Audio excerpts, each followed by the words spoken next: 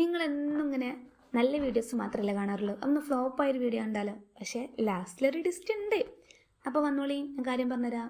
അപ്പോൾ അതുപോലെ ഞാൻ ഉദ്ദേശിച്ചതൊരു ഫോൺ കവറാണ്. എൻ്റെ 200ഓളം വരുന്ന ഫ്രണ്ട്സ്, അത്രക്കൊന്നുമില്ല, 1-2 ഫ്രണ്ട്സ് എന്നോട് പറഞ്ഞിരുന്നത് ഫോൺ ഹാക്സ് ചെയ്യുമോയെന്ന്. അപ്പം ഞാൻ വിചാരിച്ചു എന്നാൽ പിന്നെ ഫോൺ കവർ തന്നെ അങ്ങോട്ട് സെറ്റാക്കാമെന്ന്.